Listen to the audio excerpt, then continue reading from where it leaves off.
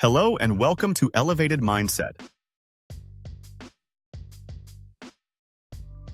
Now, before we jump in, I need to address something important. When most people think about charisma, they picture the loud, extroverted person who dominates every conversation. But here's the thing that's going to blow your mind. The most charismatic people aren't necessarily the loudest ones in the room. In fact, some of the most magnetic people are actually quite introverted. So if you're sitting there thinking this doesn't apply to you because you're not naturally outgoing, stick around because you're about to discover that charisma is much more nuanced than you think. Let's start with what researchers call the charisma trifecta. This comes from groundbreaking work done at Stanford and Harvard, where scientists identified 3 core components that make someone irresistibly charismatic. The first component is presence. This isn't about being physically impressive or taking up space. Presence is about being completely engaged with whoever you're interacting with in that moment. Think about the last conversation you had where you felt truly heard and understood. The person you were talking to was probably giving you their full attention, making eye contact and responding to what you were actually saying, rather than just waiting for their turn to talk. Here's where the science gets fascinating. When someone gives us their complete presence, it triggers what psychologists call the spotlight effect in reverse. Instead of feeling self-conscious, we feel valued and important. This creates an immediate positive association with that person in our minds. The neurological response is measurable too. Brain scans show that when we feel truly listened to, our brains release dopamine and oxytocin, the same chemicals associated with pleasure and bonding. The second component is power, but not in the way you might think. This isn't about dominance or control. In the context of charisma, power means having the confidence that you can handle whatever situation arises. It's that quiet self-assurance that comes from believing in your own abilities and worth. People are naturally drawn to those who seem capable and self-possessed because it makes them feel safer and more secure. Research from Columbia Business School shows that people can detect confidence within milliseconds of meeting someone. They measured this by showing participants brief video clips of people introducing themselves, some as short as 30 seconds. The viewers could consistently identify who seemed more confident, and when asked who they'd rather work with or be friends with, they overwhelmingly chose the confident individuals. The third component is warmth, and this might be the most important one. Warmth is about genuinely caring about others and wanting good things for them. It's the difference between someone who's charming because they want something from you and someone who's charming because they genuinely enjoy making others feel good. When people sense that your interest in them is authentic and that you have their best interest at heart, they naturally want to be around you more. Now, here's where most people get stuck. They think they need to choose between being warm or being powerful. They worry that if they're too nice, people won't respect them, or if they're too confident, people will think they're arrogant. But the most charismatic people have mastered the art of being both simultaneously. They can be incredibly warm and caring while also being self-assured and capable. Let me give you some practical ways to develop each of these components. For presence, start with what researchers call the mindfulness approach to conversations. Before you enter any social interaction, take a moment to clear your mind of distractions. Put your phone away, stop thinking about your to-do list, and commit to being fully engaged with whoever you're talking to. Practice active listening by reflecting back what people tell you and asking follow-up questions that show you're genuinely interested in understanding their perspective. One technique that works incredibly well is called the echo method. When someone tells you something important, briefly summarize what they've said before responding with your own thoughts. This shows that you were actually listening and helps the other person feel heard. It sounds simple, but most people are so focused on what they want to say next that they miss this crucial step. For developing power or confidence, we need to talk about something called embodied cognition.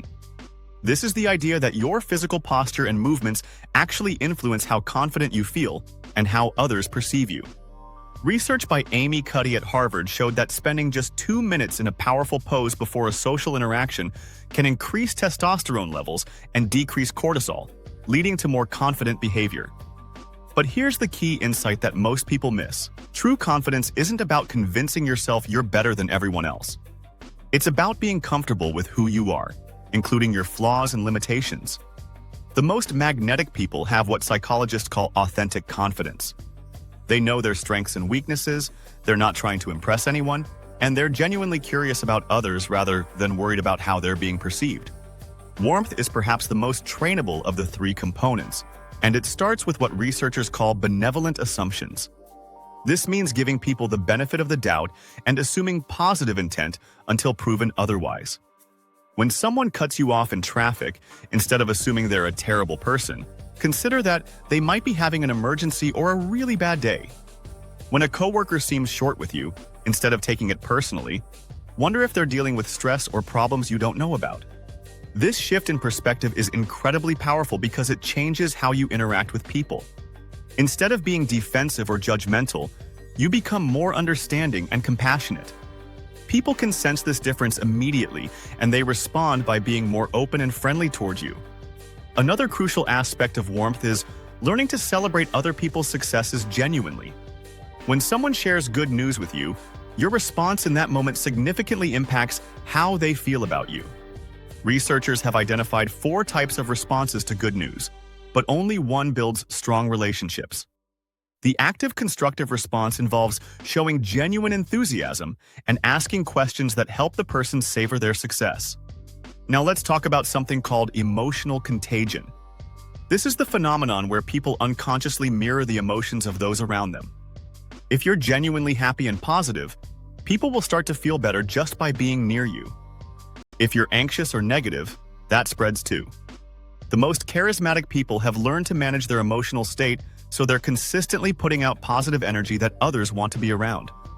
Here's a practical exercise you can start today. Before entering any social situation, spend 30 seconds thinking about something you're genuinely grateful for or excited about. This primes your brain to be in a positive state, which people will unconsciously pick up on. It's not about being fake or overly cheerful, but about accessing your authentic positive emotions and letting them guide your interactions. The science also shows us that charismatic people are excellent at reading social cues and adapting their communication style accordingly. They notice when someone seems uncomfortable and adjust their approach. They pick up on whether someone prefers direct communication or needs more time to warm up. This social intelligence can be developed through practice and conscious effort. One of the most powerful tools for building social intelligence is learning to ask better questions. Instead of defaulting to small talk about the weather, try questions that invite people to share something meaningful about themselves. Ask about their passions, their challenges, or their perspectives on topics they care about. The key is to ask from genuine curiosity rather than just trying to fill silence. Remember, becoming irresistibly charismatic isn't about transforming into someone you're not. It's about becoming the best version of who you already are. The most magnetic people are those who have learned to be fully present, authentically confident, and genuinely warm in their interactions with others. These are skills that anyone can develop with practice and intention. Start by focusing on one component at a time. Spend a week really working on presence, then move to confidence, then warmth. Notice how people respond differently as you develop these qualities. The changes might be subtle at first, but over time, you'll find that people naturally want to be around you more, conversations flow more easily, and opportunities start appearing in ways they never did before. The science is clear. Charisma isn't a mysterious gift that some people have and others don't. It's a learnable set of skills that can transform not just how others see you, but how you see yourself. So which component will you start working on first? If you found this video helpful, please consider subscribing to our channel for more insightful content.